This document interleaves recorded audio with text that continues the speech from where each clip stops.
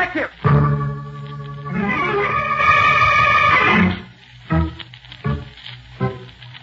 Yes, it's the case of the Red Goose murder. Another case for that most famous of all manhunters, the detective whose ability at solving crime is unequaled in the history of detective fiction, Nick Carter, Master Detective.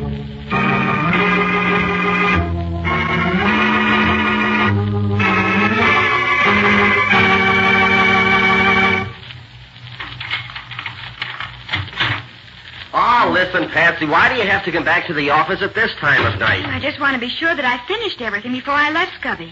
With Nick away, it sort of leaves the responsibility on my shoulders. Okay, but shake it up, will you? The last show starts at 8:40, and it's 8:20 now. This won't take but a minute, Scubby. I simply want to have everything in order for the morning. That was a good feed we had, wasn't it? That salad was out of this world.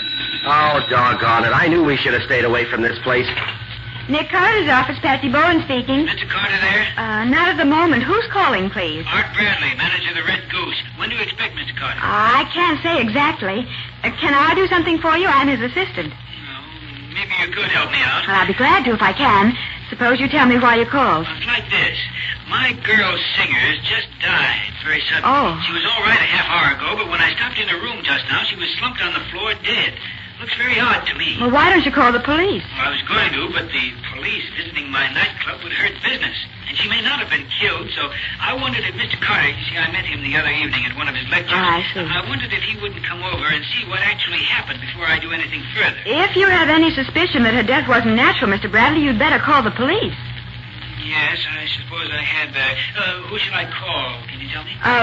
Look, Mr. Bradley, leave it to me. I'll take care of it for you. Oh, well, that'll be fine. Thank you so much. Goodbye. Goodbye. Now what, more trouble? Oh, not for us, Scubby. I have to call Sergeant Matheson. Then it's us for the movie. Oh, swell. I thought for a minute we were going to miss that Western. Oh, no, sir. Homicide. Sergeant Matheson. Oh, hello, Sergeant. This is Patsy. Oh, hiya, Patsy. What's up? Art Bradley, manager of the Red Goose on West 7th Street, says his girl singer is dead, and he thinks maybe she didn't die naturally. You better take a look and see what's what. Nick going over? Oh, no. Nick's out of town for a few days. You'll have to solve this alone, if you can. What do you mean, if I can? I solved murder cases before you was born. Just because Nick has helped me out once or twice. I apologize, Sergeant. Happy hunting to you. Bye. Come on, Patsy. We just got time to make it. Right with you, Scubby. Let's see how the movies do it, just for a change.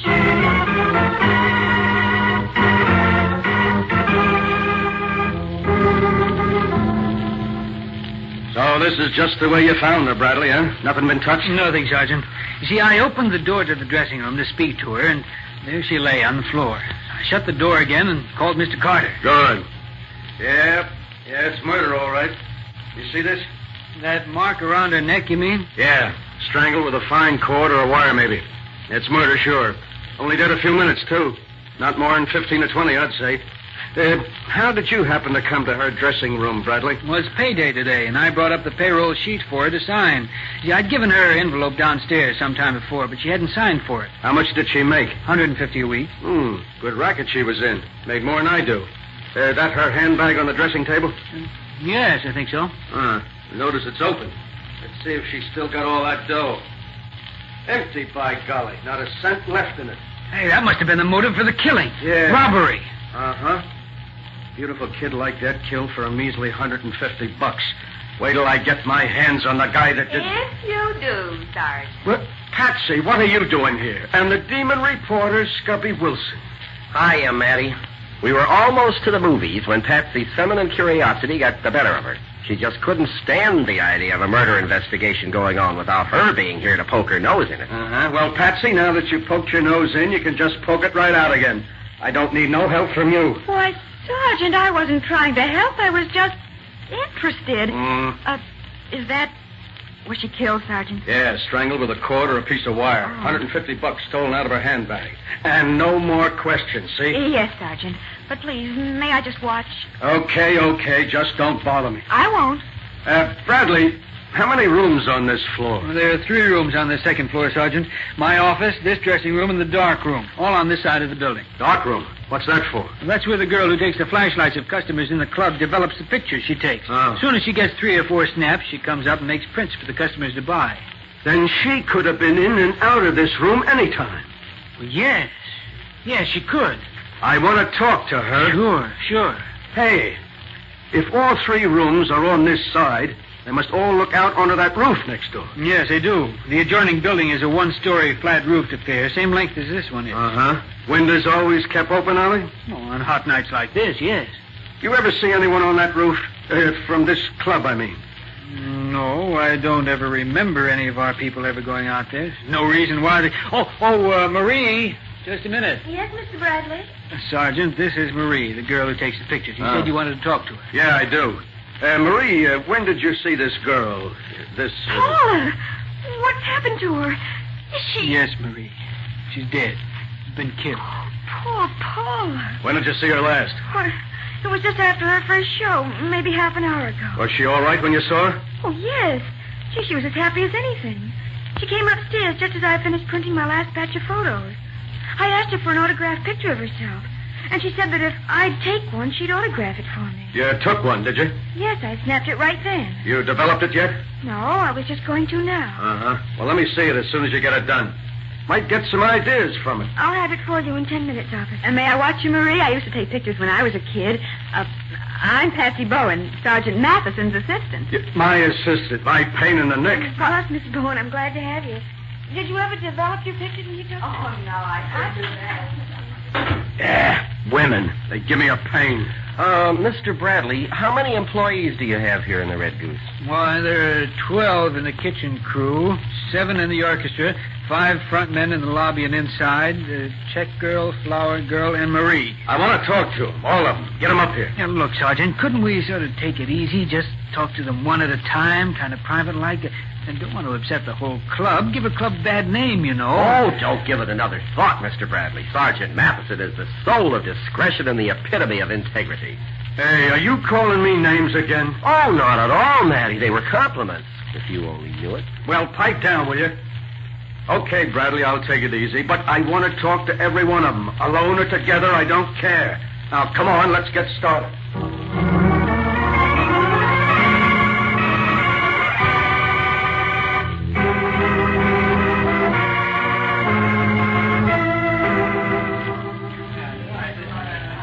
Hey, Sergeant. Yeah? Got some news for you. Yeah? What is it, Stubby? Your homicide squad is all through. Just left. Oh, some news. That helps a lot. You finished your checkup? Yeah, we've accounted for all but 2 waiters and 1 of the front men. And all 3 of them have been with me for years. They can't be mixed up in this. Who says they can't? Anybody could be mixed up in it. But we'll let them go for now. I want to ask that Marie a few questions. She's the one nobody can check up on. Let's go back up and see what she's got to say for herself. If you don't mind, Sergeant, I'll stay down here. You 2 go right ahead. Ask her anything. All right. Come on, Scubby. Right with you, Matty, old boy. Bradley says she only makes $35 a week. What she can get out of the customers. She could have needed that money. Oh, she seems like a nice kid, Matty. I don't think she'd be You mixed up. too? When will you guys learn that appearances don't mean a thing? Oh, there you are. Oh. I was going to look for you. Marie's been waiting to show you the picture she took of Paula. Here it is, officer. Yeah. And just think, she'll never autograph it for me now. Looks happy enough. And look at this one, Sergeant. What? That's the picture Marie took while Paula was singing her last number. See her in the background? Yeah. And see whose picture it is. Hey, that's Alworth Van Keppel, the millionaire playboy. Uh-huh. Does he come here often? Oh, about once a month, and always with a different girl. Blonde this time. He always gets his picture taken, too, and he's always good for a swell tip. Marie, suppose you and me have a little talk. Now? Yeah. Oh, I have to go down and deliver these pictures before the customers leave. Okay, but make it snappy. I'll go with you, just in case. In case of what? Just in case. Wasn't Marie nice, Cubby? She made me extra copies of her last batch of pictures for my scrapbook. Patsy, let me see that picture of Van Keppel again. Sure, Scubby. It's a good one, isn't it? Patsy, how many men do you see in the orchestra of this picture? Huh? Oh, gee, Scubby, they're so far in the background, it's hard to tell. Well, look closely. 4, 5, 6. 6, why? Well, Bradley told us there were 7 men in the band. The picture shows only 6. Huh? I wonder where the other one was. How are you folks making out? Find anything yet? Oh, Mr. Bradley, you said there were 7 men in the band. Yes. Well, this picture taken during the first show tonight shows only 6. That's so. Well, let's see. Yes, the guitar player, Steve Dawson, isn't there. Say, that's funny. Any idea why he wasn't there when this picture was snapped? No. I know he was there when the show started, and he's there now. I saw him as I came up. I don't understand it. Scubby. Huh? Do you suppose he could have... Oh, Bradley, Marie tells me this was Paula's last night here. She was going to work for another club beginning tomorrow night. Yes, that's true. Well, how come you didn't tell me about that before? I guess it just slipped my mind, Sergeant. Why was she leaving? Well, she got a better job. More money than I could pay her. That's all. Sergeant, while Paula was singing her last number, the guitar player was missing from the band. Do you suppose he could have come up here and done this? A guitar player, huh? Hey, Bradley, do these musicians have a dressing room here anywhere? Yes, they do, on the 3rd floor. They keep their stuff in lockers up there. How much longer are they going to be playing? Let me see, it's 9:10 now. They break at 9:30. Uh-huh, so we got 20 minutes. Let's have a look at this guitar player's locker. Maybe he knows something about this.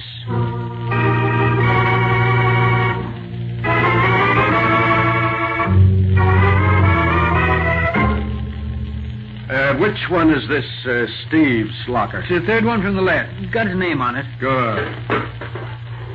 Oh, not locked. That helps.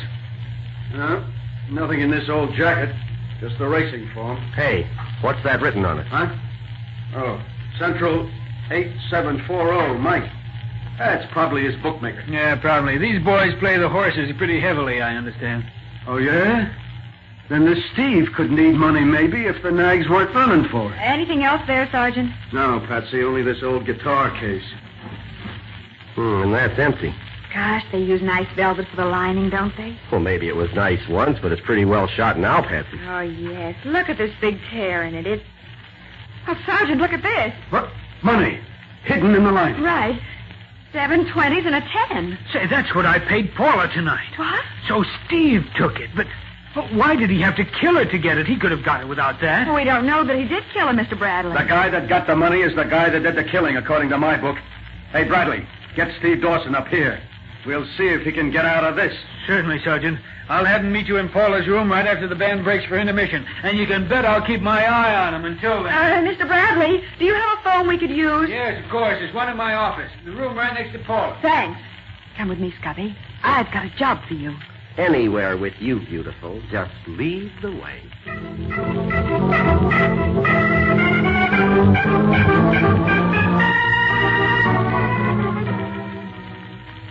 You say you want me to call this number we found on Steve's racing form? Right, Scubby. And ask for Mike. Oh, do you want me to ask him anything special? Oh, no. Just say it's Steve Dawson calling. Yeah. Then stroll around and see if maybe he won't let something slip about Steve's finances. Okay, what can we lose? Here goes. Right. 8, 7. Oh, I wish I knew what this Steve's voice sounds like. Well, just talk a little husky, as if it were a bad connection. Mike'll never know the difference. I hope. The Purple Pig. Good evening. Oh, hello. Is Mike there? This is Mike. Who's talking? Steve Dawson. Oh, yeah, Dawson.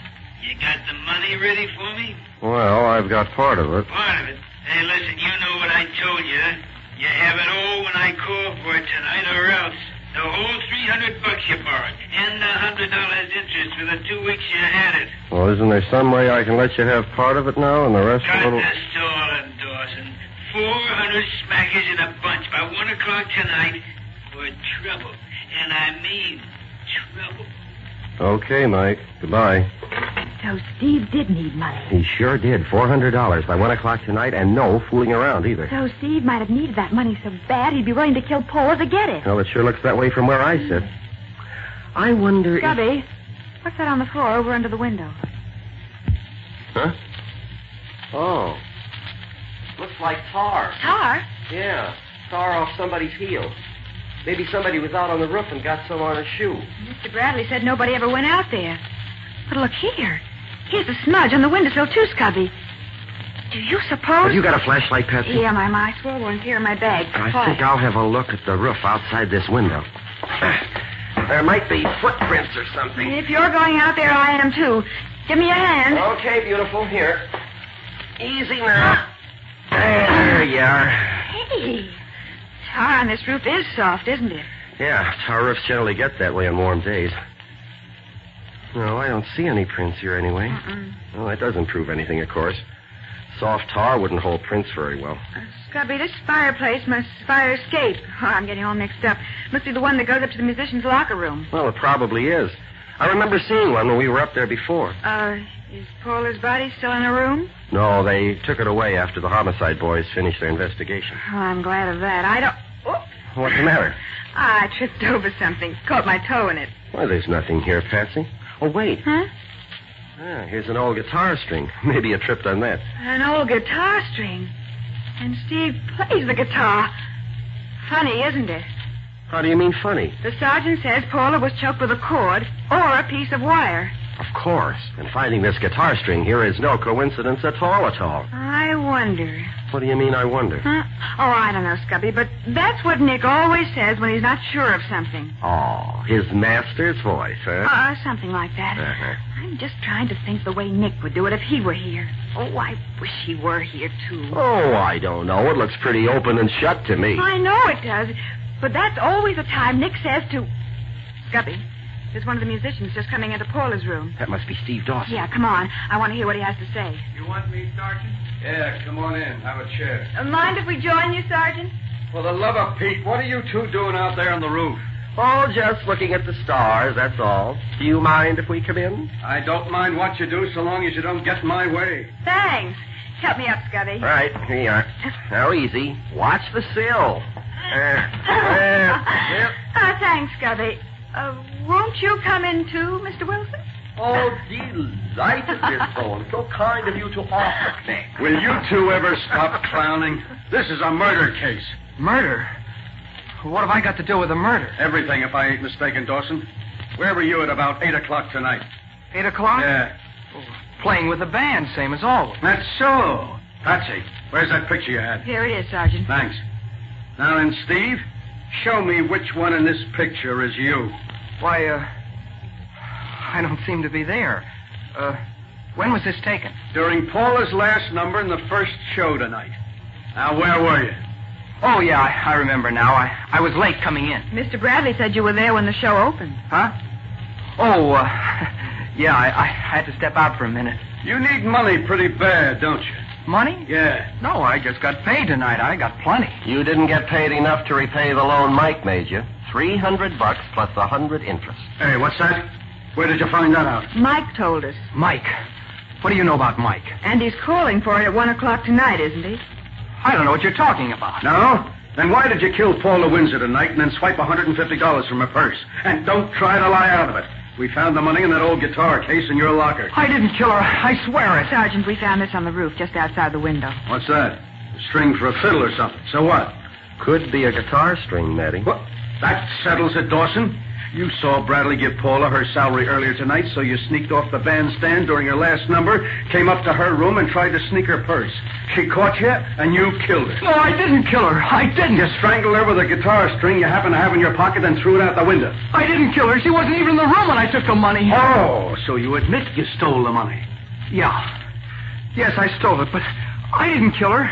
She was just finishing her song when I got back downstairs. No good, Dawson. If you can make a jury believe that, you're a better man than I think you are. But I tell you, I didn't kill her. Look here, Scotty. I took the money. Here's a slip of paper on her dressing table with that same number on it that we just called. CE8740. Wonder what she was doing with that. Playing the horses, maybe. I doubt it. Sergeant, Yeah. may I ask Mr. Dawson a question? Oh, you again. All right, ask it, and let me get out of here. Mr. Dawson, what did you and Paula have in common about the purple pig? Nothing. Mike is the manager there, and he's my bookie. Paula was supposed to start singing there tomorrow night. Mike met her here when he came over once to see me and gave her a job. That's all. So that's where she was going. Yeah, Bradley was all burned up about it, but Mike offered her more than Bradley did, so she gave notice. Come on, Dawson. You and I have a date at headquarters. Look, Sergeant. I'm booking you for robbery and possible murder. Now hold out your hand. I got a bracelet for it. But I tell you, I What just... you tell me don't count. So long, Miss Patsy Carter. If you pick up anything I missed, give me a ring. I'm always happy to hear from you. Why, thank you, Sergeant. Well, Scubby, what do you think? I think if I killed a girl with a guitar string, I'd never throw it out the window where it would be found first thing. Well, that's the way I feel. And it seems to me that if Paula did catch Steve Dawson stealing her money, he wouldn't be likely to go fishing around in his pockets to see if he had an old guitar string he could kill her with. Gosh, you're right, Patsy. He'd more likely strangle her with his bare hands. You know, Scubby, I think the murder had nothing to do with the robbery. I think whoever killed Paula did it deliberately and used the guitar string to throw suspicion on Steve Dawson. Which would account for his leaving it right outside where it would be sure to be found. Uh-huh. And I noticed another thing, too, Scubby, that makes me think Dawson didn't kill her. It's not proof, but it's something to think about. Yeah, what's that? Well, when I saw Paula's body, I noticed that she had unzipped her dress as if she were going to take it off. Uh-huh. And her shoes were off, and one of her stockings was unfastened, which means she'd been in her room long enough to start changing her costume. Good girl. And if she'd been leaning over and fastening her stockings, the killer could have crept up behind her without being seen. Yeah, that's what I was thinking. Oh, the poor kid. Just look at this picture of her that Marie took tonight. She's laughing and looks as if she didn't have... Scubby. Huh? Look at this picture. Look at the mirror. Hey, there's the figure of a man reflected in the mirror. From the angle at which the picture was taken, he must have been standing on the roof just outside her window. He probably thought he couldn't be seen, but the camera caught him in the mirror. Oh, it isn't plain enough to make out who it is. No, the picture doesn't show him very plainly. But it's definitely a man in a black coat, and the musicians wear white. So it's not the guitar player. Scubby, this man has a flower in his buttonhole. It's the right buttonhole instead of the left, the way most men wear them. Hey, let's ask Bradley. Maybe he'll be able to recognize who it is. Right, Scubby, come on. We'll show Sergeant Matheson yet.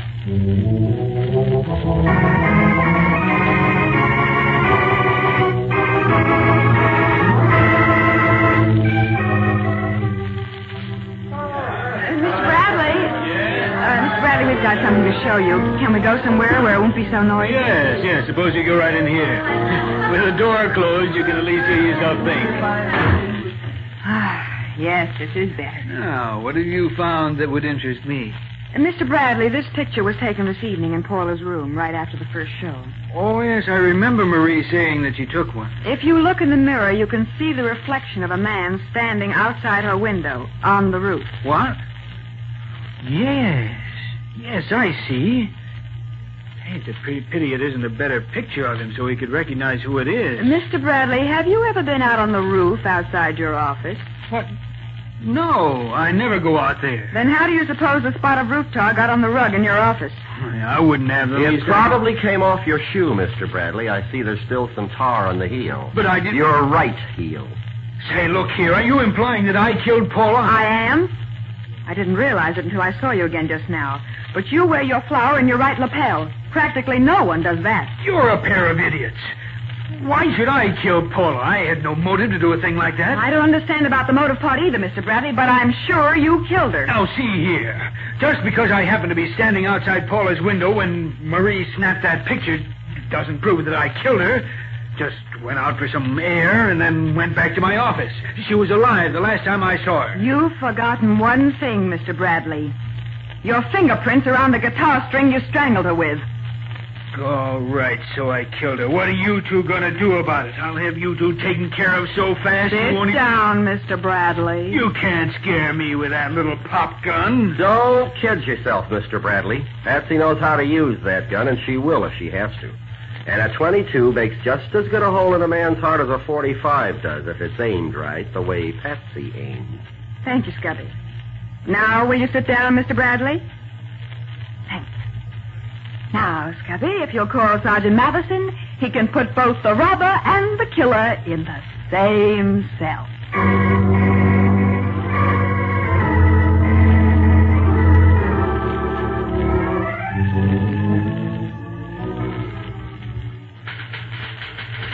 You mean you're going to be at that typewriter for another hour yet? I'm sorry, Scubby, but I have to have a full report ready for Nick when he comes back. And I want to get it down in black and white while it's still fresh in my mind. Okay, I quit. I'm going home.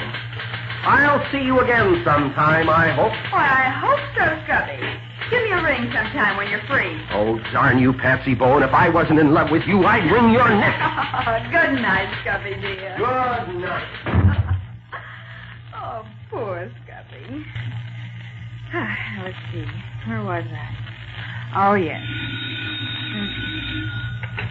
Nick Carter's office, Patsy Bowen speaking. This is Matty, Patsy. Oh. I I just wanted to tell you, Bradley made a full confession. He did? Yeah. Oh, that's good. I'll put that in my report, too. Oh, what'd he say? He said he planned to kill Paula tonight, so he waited on the roof outside her window for her to come back from the floor show. Uh-huh. It was while he was standing out there that he saw Steve Dawson swipe the money out of her purse. Oh. Well, that gave him the idea that he could have a perfect alibi by making Steve the goat for the killing as well as the robbery. So he went up the fire escape to the musician's room, found an old guitar string Steve had thrown out, and got back outside Paula's window just in time to see Marie snap her picture. I see. And then, while she was changing her clothes, he crept up behind her and strangled her. And threw the guitar string out on the roof where it'd be found by the police. Or by someone else. Yeah. Did he say what his motive was? Yeah. He loved Paula, but she turned him down cold. Oh. He discovered her, you see, gave her her first job. He felt she owed him something, but she told him to his face that he had done nothing for her and that she was leaving him for a better job with a better man. Well, that made him so mad, that and the fact that he really loved her desperately, that he decided if he couldn't have her, nobody else was going to. Oh, the poor guy. Love is an awful thing sometimes. Yeah. Especially if it's not returned. Yeah, but look, Patsy, there's one thing I don't understand. You said you told him his fingerprints were on the guitar string. Now, what was the idea of that? Well, Nick always has something to clinch the case with, so I happened to think of that. But you ought to know a guitar string wouldn't take any fingerprints. Well, sure, Sergeant, I knew it. But Mr. Bradley didn't.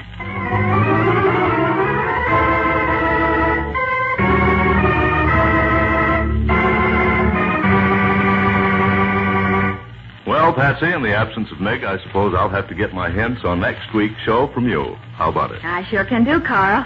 The case started when both Vince O'Neill and Otto Lerner found they were married to the same girl. What did Nick do about that? Well, he started out to find the girl and straighten things out, if he could. And he found her, I suppose, knowing Nick? Oh, yes, he did. But when he located her finally, she could no longer give him any information. She'd been using a new jar of cold cream and taking a bath. Well, what did that have to do with it? Why, everything. That and the fight on the train. Yeah. All right. What's the name of the story? We call it The Case of the Extra Husband.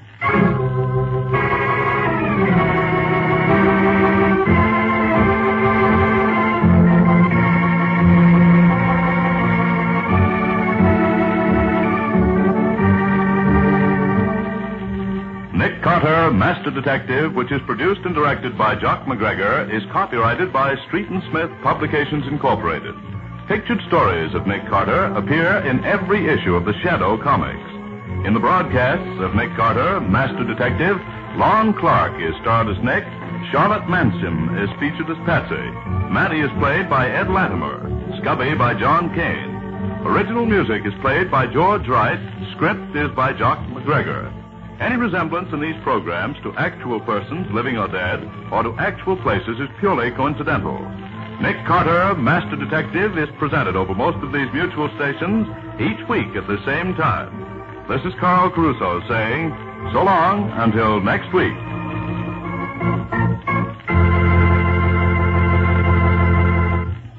Auctions are exciting, but we've never heard of a public auction where the bidding went up to murder. There's your promise of thrilling mystery entertainment again tomorrow night over these mutual stations on Bulldog Drummond's case called Upholstered for Murder. That's Bulldog Drummond, Mondays on Mutual. This program was heard in Canada through the facilities of the Canadian Broadcasting Corporation. This is the Mutual Broadcasting System.